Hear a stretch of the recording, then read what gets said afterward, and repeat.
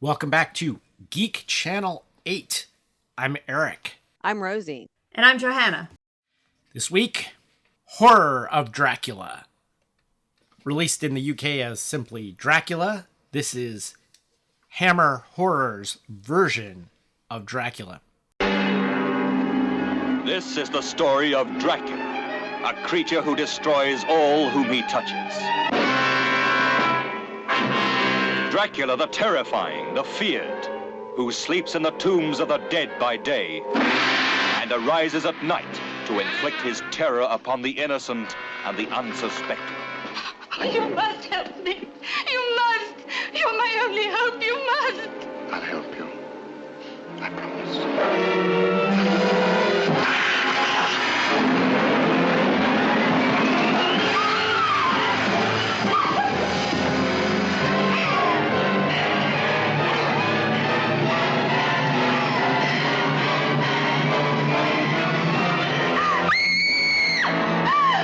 Please try and understand. This is not Lucy, the sister you loved. It's only a shell, possessed and corrupted by the evil of Dracula. How do you destroy a fiend who has so far proven himself indestructible? Those who come to end his reign of terror stay to become his victims. Castle Dracula is somewhere here in Klausenberg.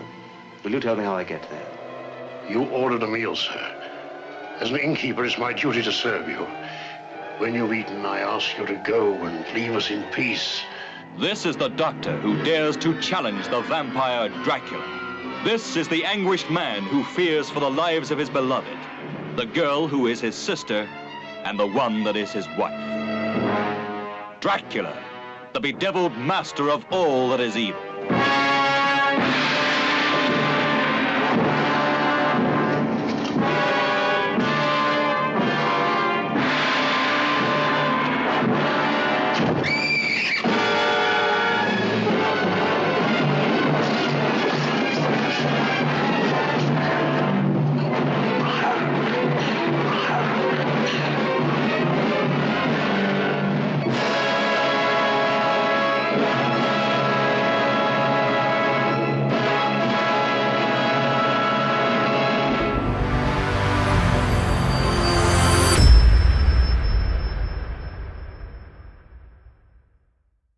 I finished all of Deadwood, guys. Woo!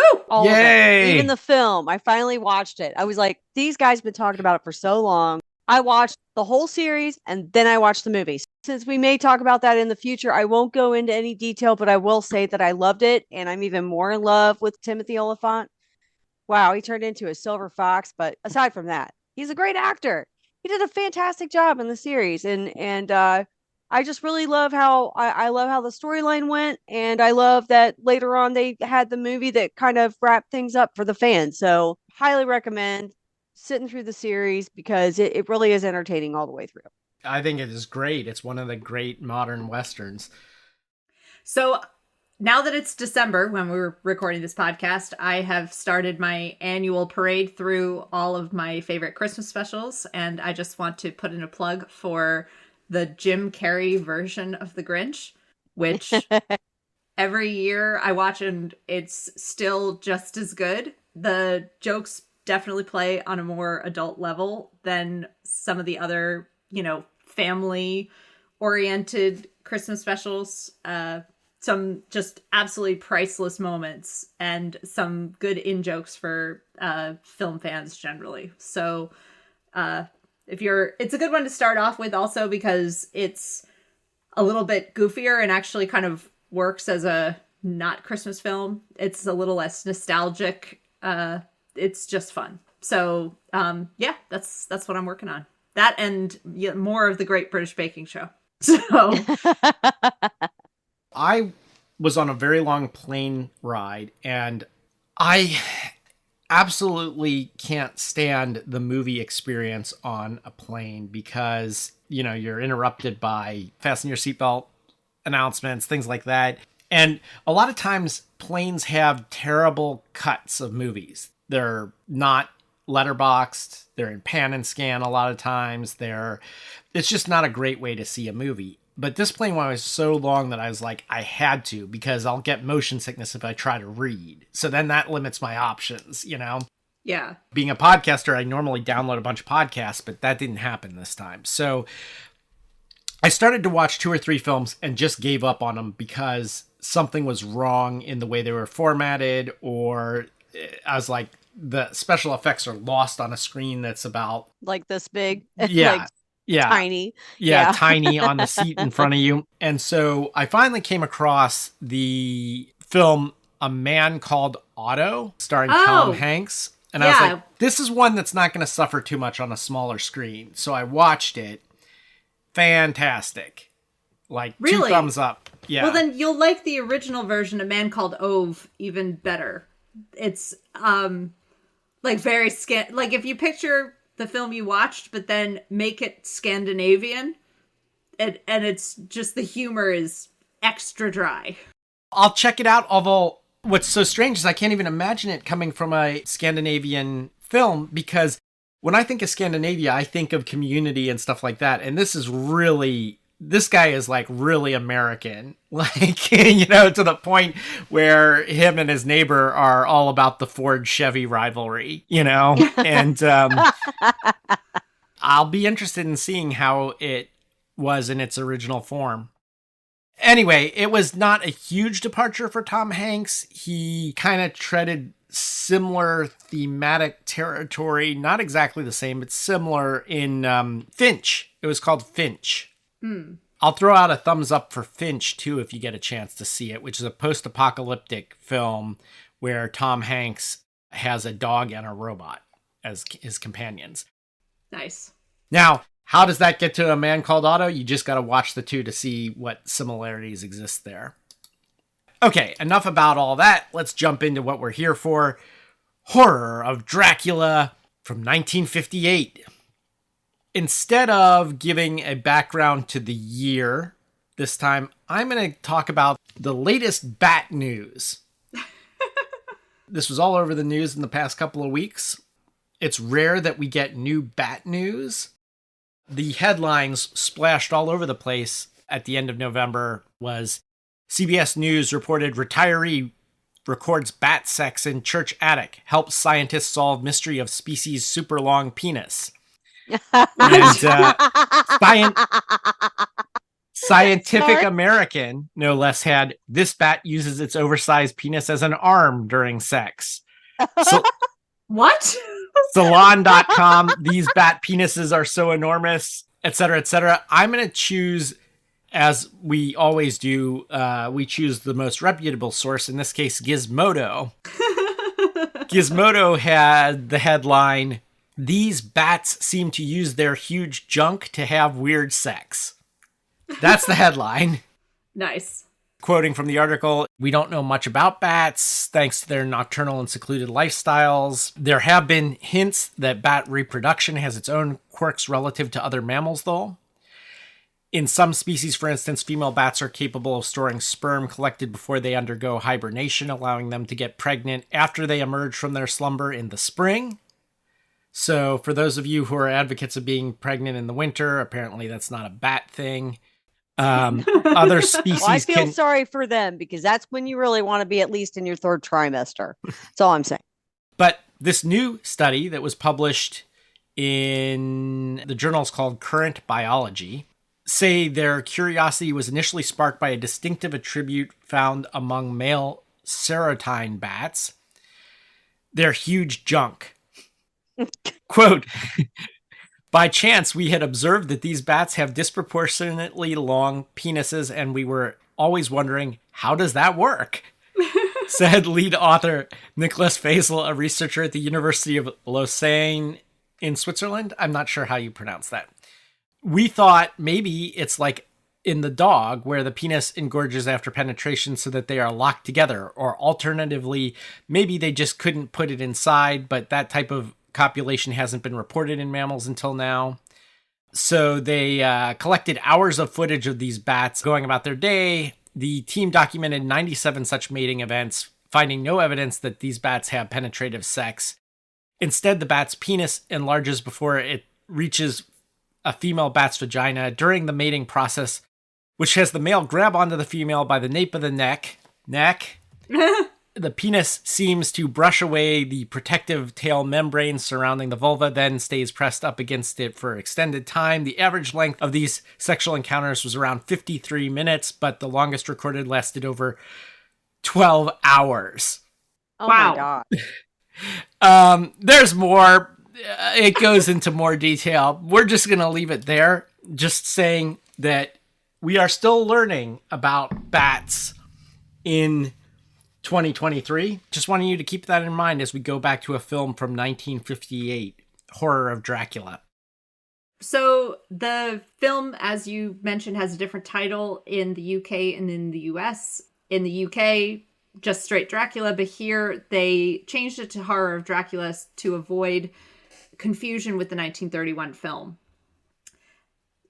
At the beginning, they decided that the most successful version of this film would be to do a somewhat low budget and target under 90-minute runtime film. So based on those goals, it necessitated some truncation of the adaptation of the novel and just eliding and dropping characters generally. And we'll get to that more when we cover the plot. But one of the major ones is getting rid of Jonathan Harker, more or less, and they drop Renfield, and Quincy is gone entirely, although he doesn't show up in very many of the film adaptations. They also changed some of Dracula's abilities in order to accommodate their special effects budget. So they decided to say outright that Dracula is not able to transform into anything, which is, I think, something unique to this part of the film franchise. He usually can transform into a bat in most other versions. But they thought that, quote, the idea of being able to change into a bat or a wolf or anything like that made the film seem more like a fairy tale than it needed to be, and they tried to ground the script in some kind of reality. So instead of going for the more fantastical horror elements of the vampire story, they leaned way into the seduction and sexuality latent in the vampire victim dynamic. So I'm really glad you gave us that whole overview of bat sex, because definitely backs up the idea that vampires are sexual beings with a lot to be proud of in terms of their prowess and skills in that department. Christopher Lee had never watched any other performances of Dracula until well after making the films in which he played the character. And as soon as he got the role, he hurried off to read the book and wanted to play it fresh just based on that source material. It was partially his choice to make Dracula such an erotic character in this version, and he said in an interview, "It's a mysterious matter and has something to do with the physical appeal of the person who's draining your life. Women are attracted to men for any hundreds of reasons. One of them is a response to the demand to give oneself, and what greater evidence of giving is there than your blood flowing literally from your own bloodstream? It's the complete abandonment of a woman to the power of a man." And this version, we'll talk about how heteronormative this version is or isn't. I have some thoughts on that. Christopher Lee also said, "My one great regret has always been that I had never been able to present the Count exactly as Bram Stoker described him in every way. This was always due to poor scripts and a lack of imagination on the part of people who never seemed to understand the full potential of the story." So his character does end up being a little bit one-dimensional relative to the novel, but I kind of think it works. The film had an £81,000 budget, so pretty small, and it earned $3.5 million in theatrical worldwide. So a good turnaround for the film. It received its world premiere in Milwaukee, Wisconsin. Why? Milwaukee. How? Milwaukee. Well, wasn't this part of their deal with American International, and it was on a double bill with some crappy the crappy thing that B-movie? couldn't die. Yeah, the B movie that played after. But it then opened at the Gaumont Haymarket in London on May 21st, 1958, which I personally consider the real premiere. You gotta love the 50s though, because back then movies could premiere in any city. It's like now it's gonna be London, it's gonna be a film festival, it's going to be LA, or it's going to be New York. That's it. Yeah. But back then, it's like you could have a movie premiere in Milwaukee and, this is the world premiere. It's like, I think that's awesome. Well, and what's interesting is that there seem to have been two different versions of the film that were premiering at this time.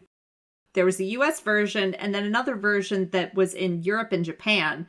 And this quote unquote Japanese version of Dracula was much longer and more explicit. And people had been on the hunt for this version of Dracula for like 50 years. And then finally in 2011, Hammer announced that they had found part of the print.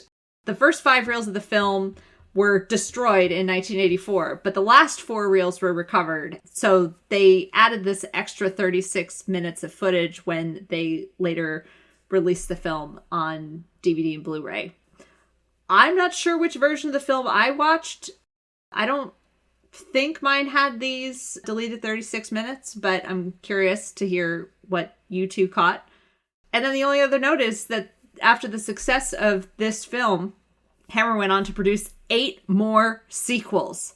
8 more sequels, 6 of which star Christopher Lee in the title role, and 4 of which also have Peter Cushing, who is awesome in this, almost as good as his performance as Tarkin. But he's a pretty great Van Helsing.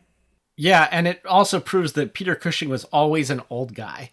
Because this is 1958, and he's an old guy. It's interesting, though, like, he had been in some other Victorian horror kinds of things, and when they approached him for this, I think he considered himself kind of like a tall, lanky stud character, because he was playing a different kind of Van Helsing than had been previously shown in the 30s films, where Van Helsing is this, like, old, white-haired, grizzled doctor. So compared to the other versions of Van Helsing, Peter Cushing is a stud in this film.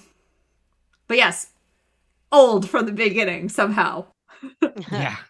Just a minute, folks. Yes, that's all it takes to visit our refreshment counter in the lobby. This time, there's like a small backstory to it where this person went through the book, Dracula, and did their own personal food tour type of thing. So I found a recipe called 44 clove garlic soup, which apparently like the villagers supposedly had given, I think it was Van Helsing, that when he went into that little like pub or whatever. I'm sorry. Did you say 44 cloves of garlic? 44, yes. It's 44 clove garlic soup, and it's found on smittenkitchen.com. Yeah, definitely pull it up. It's kind of wordy. There's a lot of a whole lot of words to it, a whole lot of ingredients. But yeah, it starts with 26 garlic cloves unpeeled. Cook it with olive oil, butter, sliced onions, thyme. Oh yeah, 18 garlic cloves peeled, chicken stock, whipping cream, finely grated Parmesan cheese, and 4 lemon wedges.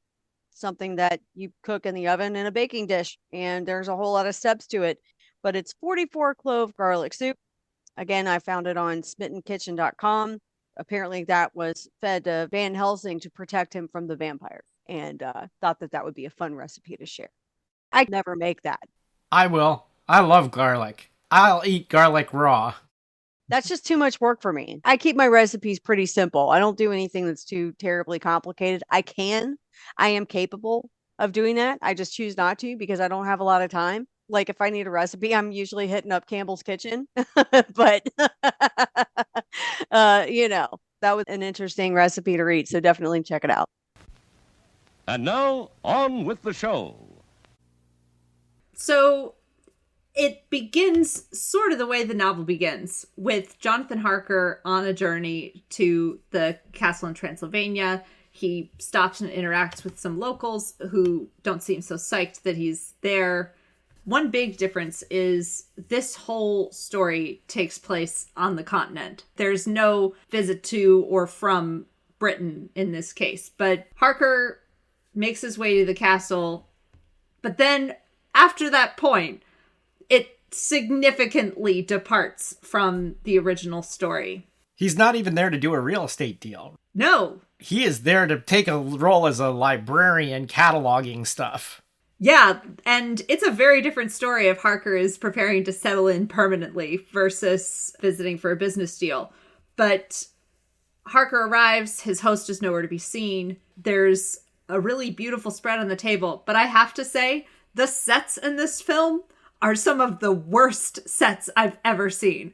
It was so obvious that it was a studio set, and it was kind of like just the wrong amount of clutter. Like, it was over decorated, but also like kind of empty at the same time. It was terrible. The art direction was terrible. And also there's like this, well, he's going to the East, so throw in Orientalism stuff, and it's like Middle Eastern rugs and things like that. And it's like, it's this mishmash of like, we don't really know what Eastern Europe is like. You know? Yeah, there's like Greek stuff, there's Middle Eastern stuff, there's stuff that looks like it's out of, you know, a Welsh castle, like, you know, tapestries and things. Just, yeah, hodgepodge of awful. Yeah. Complaints about Dracula's decorating aside. Wait, by the way, no cobwebs either. No cobwebs. Yes, it is a perfectly clean castle. Yes, which is, again, I think this is the only adaptation where the house feels like Dracula does regular entertaining here, and it's, you know, in perfect order. It's all right. Okay, anyway, so Harker is having his dinner when this lovely young woman walks in wearing what can only be described as her toga party outfit. And, and she's rocking a mullet. yeah, rocking a mullet and her toga. And she tells Harker that she's being held against her will and needs to be rescued. At first, because I had never seen the movie before, I was like, oh, wow, this poor woman's being held hostage. She's asking for help. You know, I didn't think it was a ploy, you know, and I didn't think that she was what she was. So I was like, wow. But his reaction. Yes. I don't believe I understand. That's what I meant. You don't understand. I'm sitting here telling you I need fucking help. 1950s. Yeah. Let's not forget. 1950s, right? where apparently women spoke a language that men just didn't. I'm sorry, but I fail to understand. Yeah. Of course you fail to understand. Like, I guess you don't speak woman. Okay. I don't know what part of I need help you don't understand, but okay. It cracks me up. It just like, is there a language barrier? Like, what's going on? That was the same reaction I had, was like, if you don't understand. But I guess he needed to say that so the movie could happen. Anyway, she suddenly has a change of heart and is called away when Dracula arrives. Clearly his power over her causes her to reconsider her plea for help, and Dracula takes it upon himself to show Harker to his room and says something about, like, I'm sorry, my housekeeper is on vacation, which, again, is a really hilarious line. Yeah, exactly. Are they though? I think Drac, you know, in order to keep himself busy, he's, you know, got some... He's busting out the Swiffer, knocking out all the cobwebs in the corner, you know. Yeah, he's got himself a stack of Better Homes I gotta and get ready. Yeah. But shows Harker to his room. Soon afterwards, Harker has another encounter with the lady in distress, but she then reveals herself to be a vampire, and she tries, maybe succeeds at biting him. She did get her teeth into him, but I don't think she really drank anything because Dracula pulled her off of him right at the right time. So if she got any blood out of him, it wasn't very much, but he did bleed a lot after she bit him. That moment does kind of call back to, in the novel, the brides encounter Harker and Dracula has this, like, get away from him, he's mine thing. But the next day, Harker goes to destroy the lady in the coffin. Seems like he already understands this how vampires work thing. I think that's why he came. I think he was on a mission to get rid of vampires and just was posing as a librarian. He even said that when he was writing in his diary at one point in the film. He was like, I'm here to rid the world of this evil for good, or something like that. Because he comes prepared. Yes. Why he's on this anti-vampire crusade I don't think it's ever fully explained, right? It's just like a hobby. I'm going to circle back to that. Oh my God, I said circle back. I'm going to get back to that later when we move further into the plot. So he goes to stake the bride of Dracula. We have a great Indiana Jones-esque aging of that vampire after she's killed. But unfortunately, Harker is too slow to also get Dracula. And instead, Dracula gets him, which is, I think, one of the only versions of the story where that happens other than Murnau's Nosferatu, where in that film, again, Harker is portrayed as Dracula's main intended victim. Don't you mean Count Orlok? No, never mind. Never mind. We'll save that for a future podcast. Yes. The quote-unquote Dracula character. I mean, it's the same character. No, it is Dracula. Yeah. Yeah. Of course, my first thought was, why didn't he go for Dracula first? I mean, wasn't that the whole purpose of going there? He was already in the coffin. But then the movie would be over at that point. Yeah. One of the things that's kind of interesting about this film is I feel like from this point forward, Christopher Lee might not have any more lines in the film. Am I correct in remembering that? He doesn't have very much dialogue, considering how amazing his voice is. He becomes more or less just this haunting presence. After Harker's terrible fate, we then go to Klausenberg, where we take up Van Helsing as our main hero. Van Helsing goes to kind of track down what's happened to Harker, but discovers that Dracula's coffin is empty. He finds Harker's diary and comes and breaks the bad news to the Holmwoods about Harker's fate.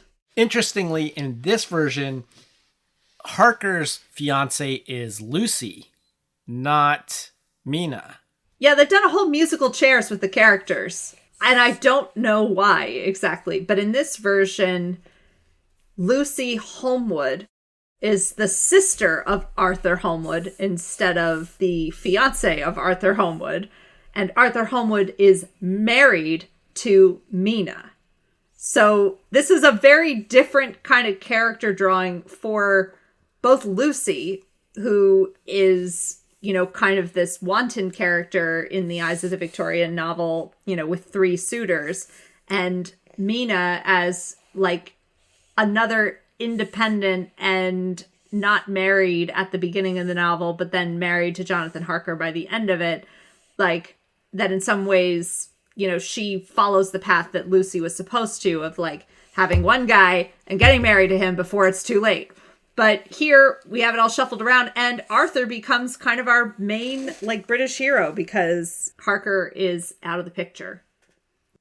When Van Helsing arrives at the castle, a carriage is speeding away carrying a coffin.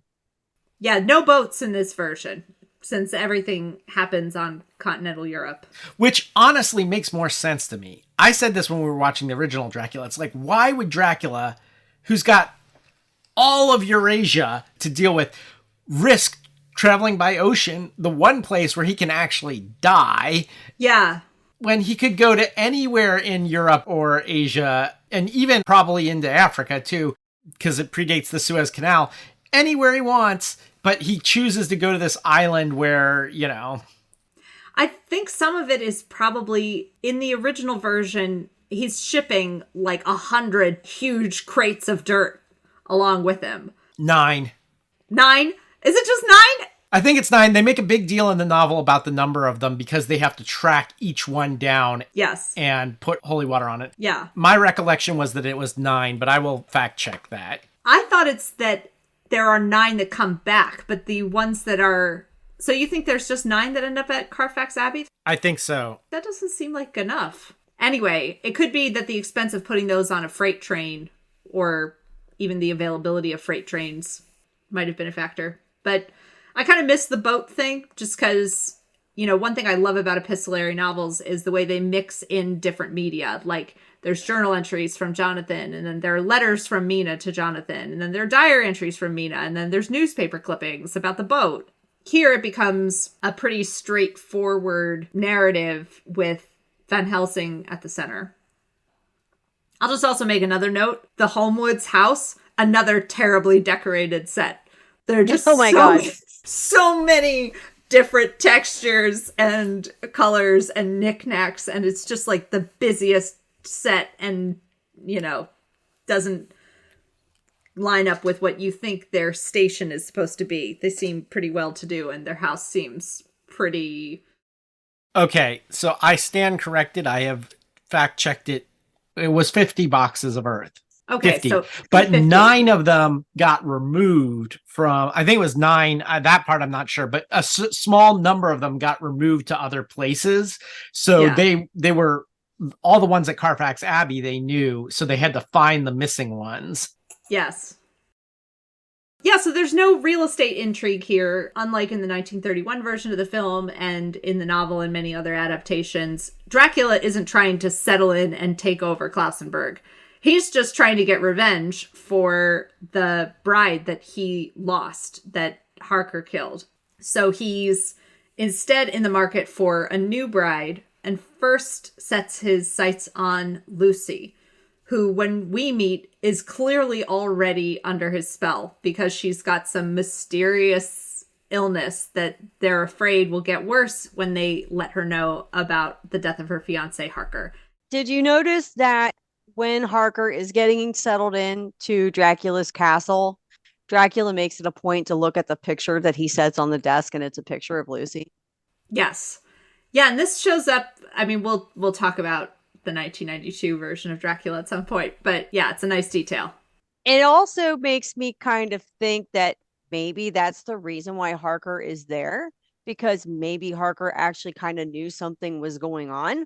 Maybe that's why he showed up there to be a librarian, but he was actually there to get rid of Dracula for good, so he'd leave his fiancée alone.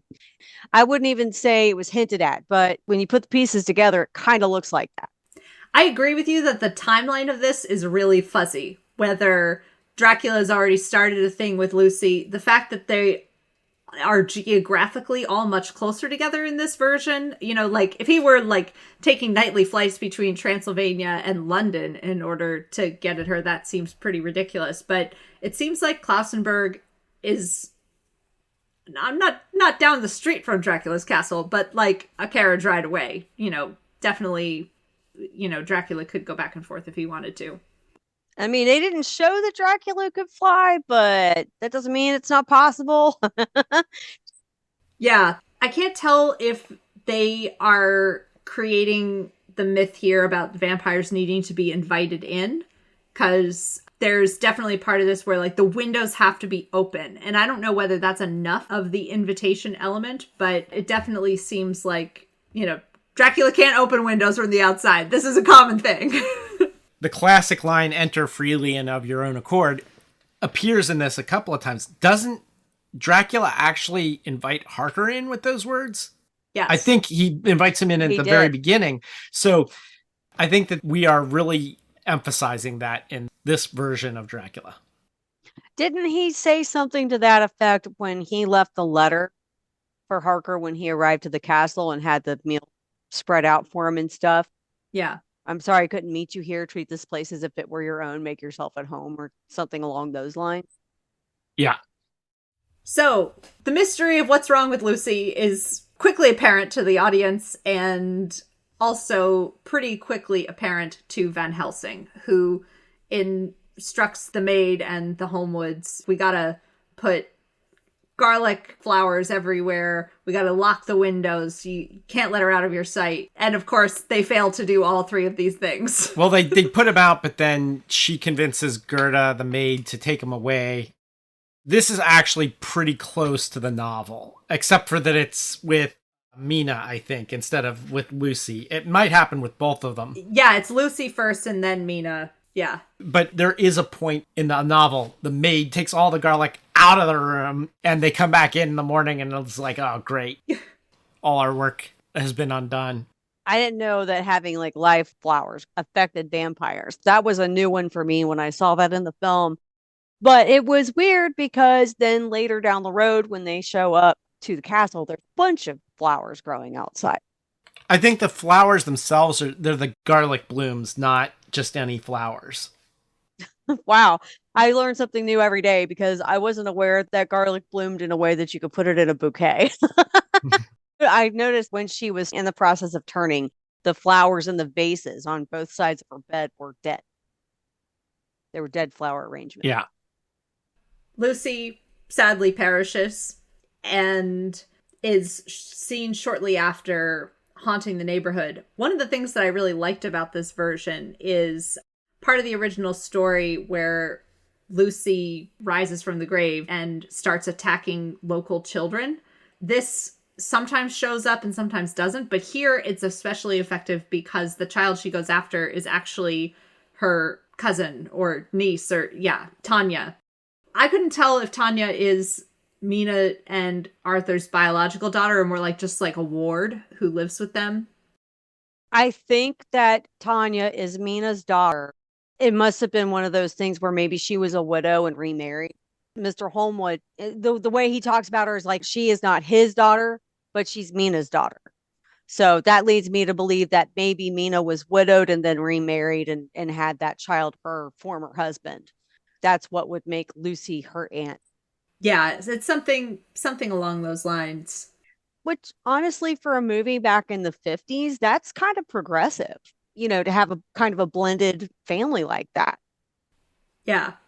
So part of the plot is Van Helsing, had tried to convince Arthur to use Lucy as bait in order to trap Dracula, but this idea was too horrible for Arthur to contemplate. And so they missed their opportunity there. And almost immediately after, it's clear that Dracula is going to go after Mina as well.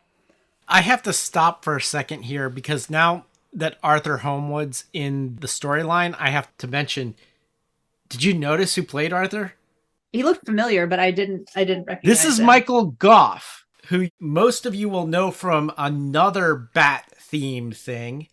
He's Alfred from the Tim Burton Batman films. My God. Oh my God. Yeah. I was like, he looks familiar, but he also looks like kind of young and old at the same time.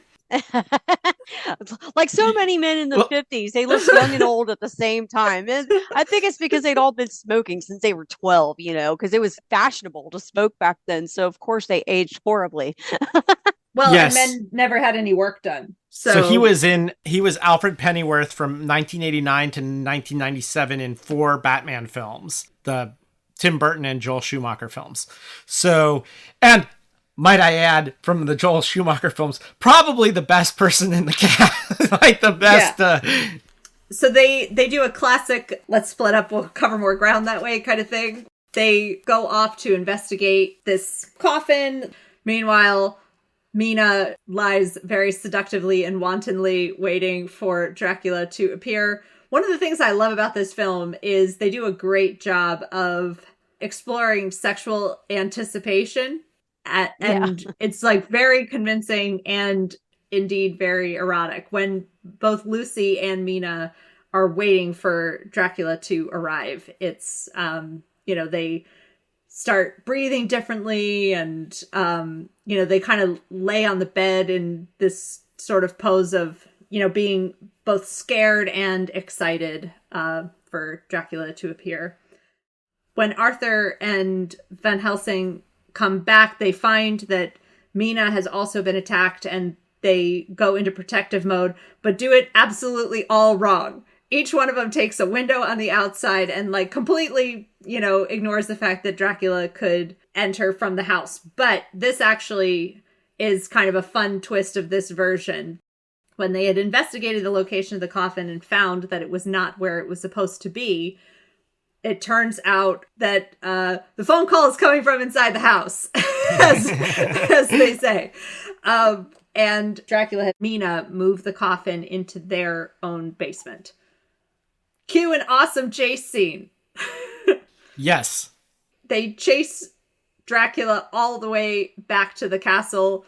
We get a slightly comic moment where Dracula goes barreling right through the gate that our friendly gatekeeper had set up, and then the next carriage comes through and he has like that wide-eyed like, oh no, it's gonna happen again. Yeah. He just got done fixing it too, and then just boom right through it. Yeah. Spoiler alert here, because we're going to get to the ending and we have to talk about the ending. So putting a spoiler alert in here now so that people know to skip to the end of the podcast if they don't want to hear this. When we get to the end of the film, suddenly some of the changes to the nature of vampires become incredibly relevant. As we mentioned, they can't transform into bats, but one thing that they add to this version that shows up in future vampire lore is that sunlight is lethal to the vampire in this version of the story. And Dracula has made it back to his lair just around dawn and is inside, and the tapestries are drawn, and so he's okay for a little while, but not for long. There's a great athletic maneuver by... This scene is burned into my mind as the quintessential scene from any Dracula film. Now, this is my Dracula. I grew up with this Dracula and this Van Helsing. So when I think of Dracula films, I think of Peter Cushing, Christopher Lee.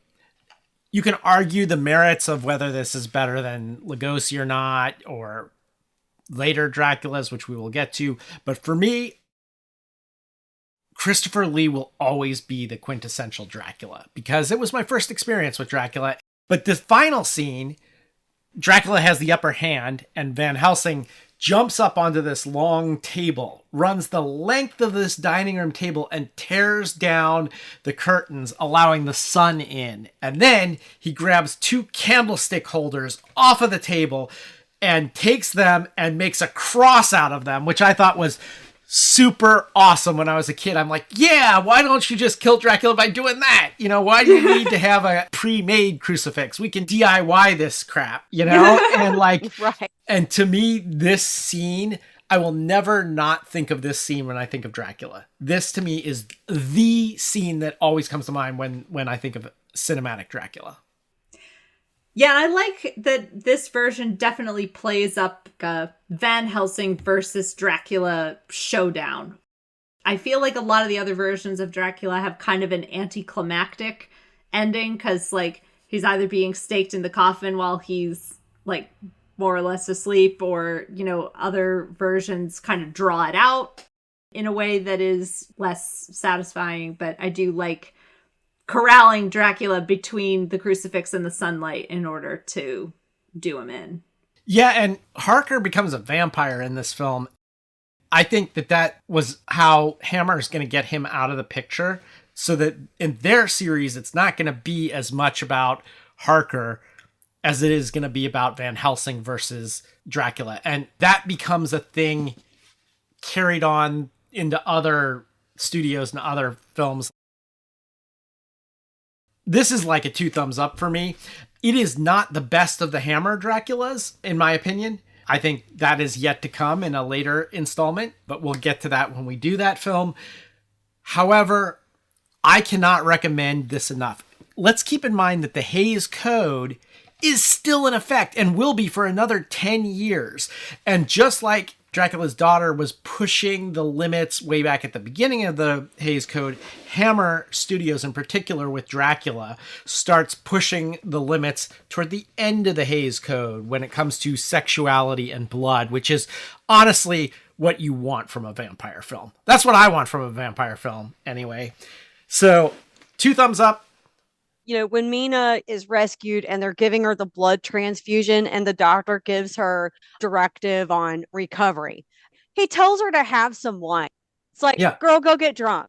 You just had a blood transfusion. Go get drunk. You'll feel better. In the novel, it's like brandy and stuff. They're like, oh, you have to have, they drink brandy, they drink port, they drink a lot of stuff. That's the Victorians for you. It's like, oh, I don't know what'll fix this. Let's give them whiskey. People still drink hot toddies to this day when they're sick. You know what I mean? Yeah. Yeah. I did enjoy the film. It was entertaining. Again, it did keep my interest. I saw a lot of the 50s style kind of like through the movie just because of the lack of art direction. It was obvious when the film was made to me. You kind of notice it like films in the 70s that are about the 20s, like you could tell it was filmed in the 70s. It's kind of the same principle, different concept. Aside from that, that's nothing. I really enjoyed the film. I like the direction that it went. It was a neat take on it. I'd never seen that film before, so thank you for introducing that film to us. This is not my favorite adaptation of the novel, but in terms of where the mystique of vampires as like having a dom sub relationship with their victims, as far as that goes, this film crushes it. Like, it absolutely gets that dynamic. You totally feel Christopher Lee's power over the victims in a convincing way. And I'd say overall, the benefits of Christopher Lee's performance and Peter Cushing's performance outweighs the terrible art direction. So, still recommend. Yeah. Okay. We have so many questions. I don't know how many times we need to do a fact check. So if you want to correct the record or have us correct the record, you can write to us at GC8 podcast. That's letter G, letter C, number 8 podcast at gmail.com. Until next time, this is Eric. This is Rosie. This is Johanna. Signing off.